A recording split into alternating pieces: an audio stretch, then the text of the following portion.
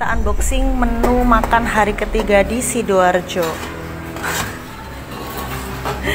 Tahu 1, telur 1, tumis buncis dan wortel yang diiris tipis, ada nasi putih dan ada 1 buah pisang.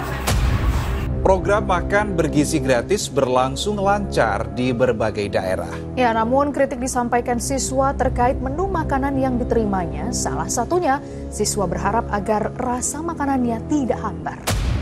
Kenapa kamu nggak suka sayur? Enak. Oke, katanya nggak suka sayur karena katanya rasanya enak. Nah, terus nanti kalau misalnya tiap hari dikasih seperti ini, nggak kamu habisin dong sayurnya? Enggak. Wah, kalau yang ini malah unik. Ayamnya tidak dihabiskan, tapi sayurnya habis. Kenapa nih, Krisna nggak ngabisin ayamnya malah?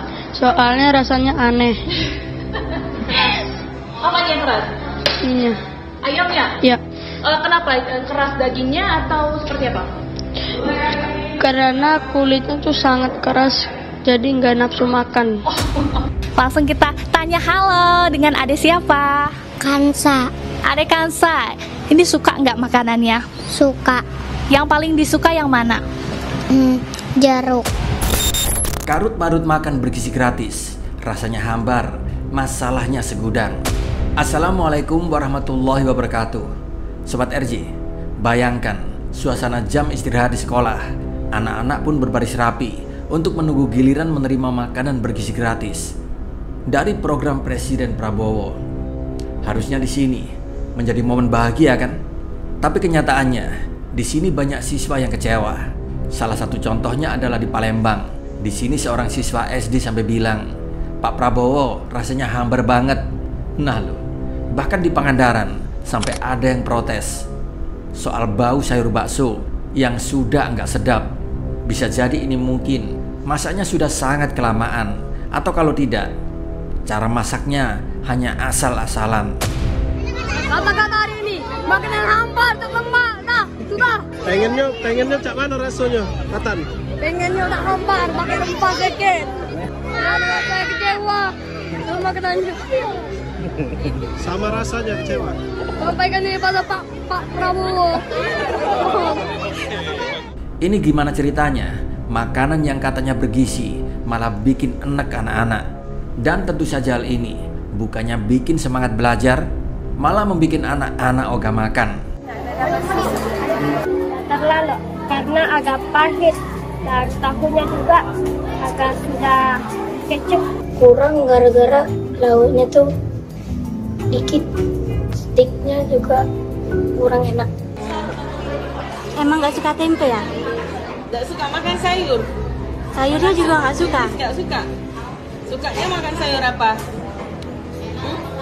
Makan buncis nggak suka? Wortel? Mesti makan sayur biar sehat. Memang nggak suka tempe? Diukur ya. Sukanya apa, ayam gitu? Ukurnya kan SPP. Ayam mau? Ya. Tahu? Itu sudah diukur sama. Tadi tahunya dimakan? Oh? Jatuh? Tahunya jatuh.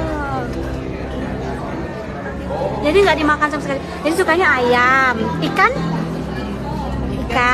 Oh, tahu tempe nggak suka gitu ya? Tapi tahunya tadi ada ayamnya kan? Tahunya jatuh, Bu. Oh, bukan dimakan, Bu. Nggak dimakan. Bukan dimakan tapi jatuh. Ya. Dan tentu saja hal ini bukannya bikin semangat belajar, malah membuat anak-anak ogah makan. Dan ternyata masalahnya bukan cuma ada di rasa. Sobat RJ tahu nggak? Anggaran untuk program ini yang katanya Rp10.000 per porsi. Tapi kok pemerintah daerah dan orang tua murid yang mampu malah diajak patungan ya? Lah, ini program makan gratis atau crowdfunding? Orang tua para murid ini sudah membayar pajak ini dan itu. Hanya dari pajak nafas mereka saja yang belum. Kok masih disuruh nyumbang lagi ya? Padahal katanya pemerintah pusat sudah menganggarkan Rp71 triliun. Lalu uangnya kemana coba? Namun di tengah gencarnya pelaksanaan program makan siang untuk para siswa, sejumlah orang tua siswa diminta menanggung biaya makan siang para guru. Di SMA Negeri 2 Cilengsi, Kabupaten Bogor, orang tua siswa kelas 10 dibebankan biaya Rp2.600.000 untuk makan siang guru selama 1 tahun, membeli pendingin ruangan atau AC, serta tambah daya listrik sekolah. Orang tua yang tidak mampu ini sangat prihatin karena ketua komite itu terkesan memaksa kami melakukan pungutan Rp2.650.000 per orang tua siswa. Itu salah satunya itu itemnya untuk memberikan makan siang guru secara gratis di SMA Negeri 2 Cilengsi. Sementara ya Pak Prabowo justru mau memberikan makan siang gratis kepada anak-anak kami, tapi ini sebaliknya. Kalau anak-anak kita saja protes karena makanannya nggak layak, di sini pasti kita pada mikir, ini duit rakyat, larinya ke kantong siapa? Dan yang bikin gemes lagi, makanan yang dibagi ini ujung-ujungnya banyak yang nggak termakan. Kebanyakan anak-anak nggak ngabisin makanannya karena dianggap tidak enak. Yang tentu saja makanan ini akan berakhir menjadi food waste. Bayangin sob, makanan yang seharusnya membuat anak-anak kenyang malah numpuk di tempat sampah. Di sini pun jadi wajar kalau masyarakat saat ini banyak yang nyinyir bahwa orang-orang miskin di pelosok nangis melihat ini. Lutfi, aku lihat tadi ini menunya ada sayur bayam. Kenapa nggak dihabisin? Nggak doyan, Kak. Nggak doyan sayur atau emang nggak enak?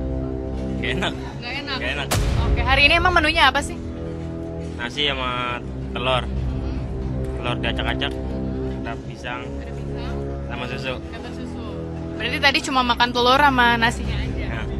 Sobat RJ semuanya, sadar nggak sih pemborosan makanan kayak gini bukan cuma membuat kita rugi duit, tapi bisa saja membuat kerusakan lingkungan.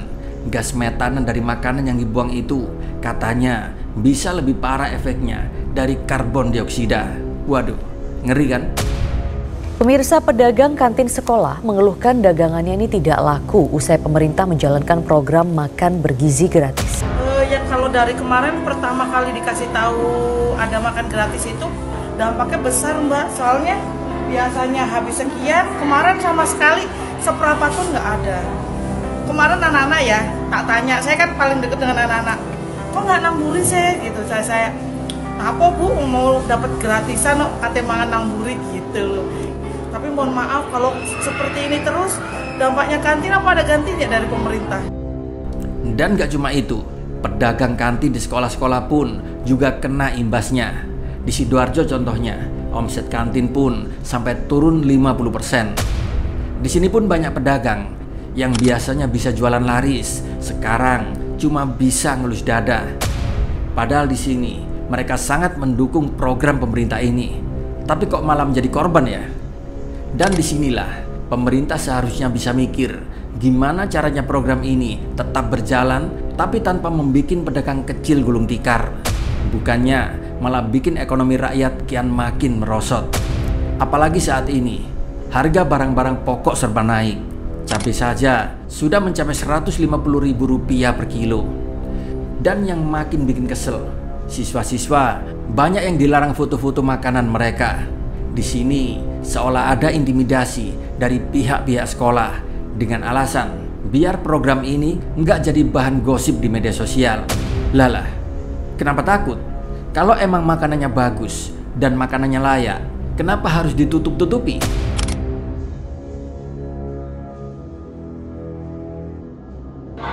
Makan siang dari Bapak Prabowo. Anjay. Makan gratis. Tapi lihat punya teman gua.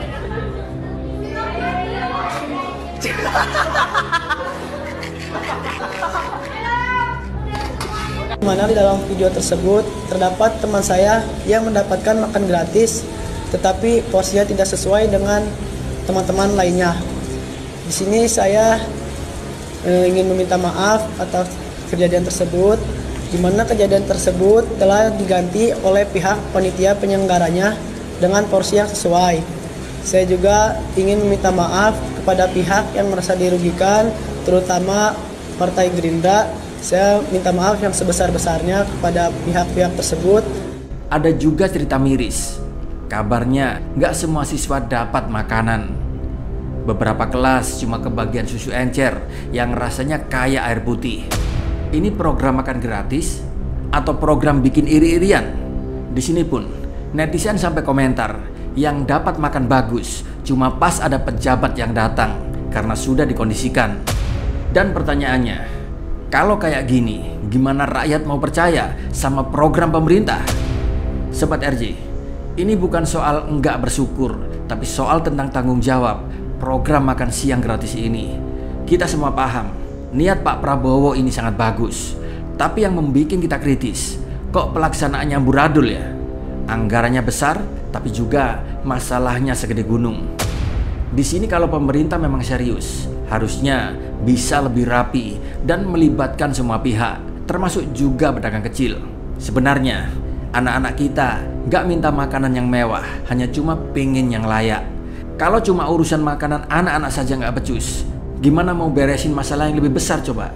Yuk Sobat RJ, tulis ya pendapat kalian di kolom komentar.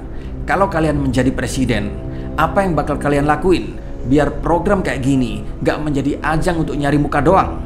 Jangan lupa ya, like, share, dan subscribe biar makin banyak yang tahu cerita ini.